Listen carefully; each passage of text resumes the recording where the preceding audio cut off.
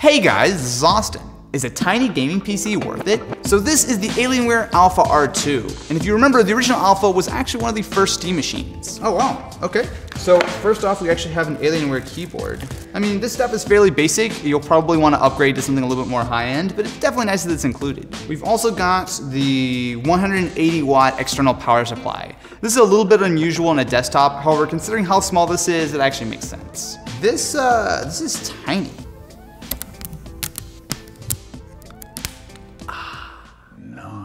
Around back, you'll find quite a few ports, including both HDMI in and out, so you could theoretically set this up as part of a home theater setup. But more interestingly is the external PCI slot. So this is what you can use with the Alienware graphics amplifier, which is essentially an external box that you could put an even more powerful graphics card in. Also, if you flip this over, what you'll find beneath this little cover is a USB port. So it might seem weird to have a hidden USB port. However, this actually makes a lot of sense if you have, say, like a wireless mouse or keyboard and you want to hide the dongle. It goes underneath here, slide the cover on, it's totally hidden. One of the advantages of having a computer that's so small is that you can actually be portable with it.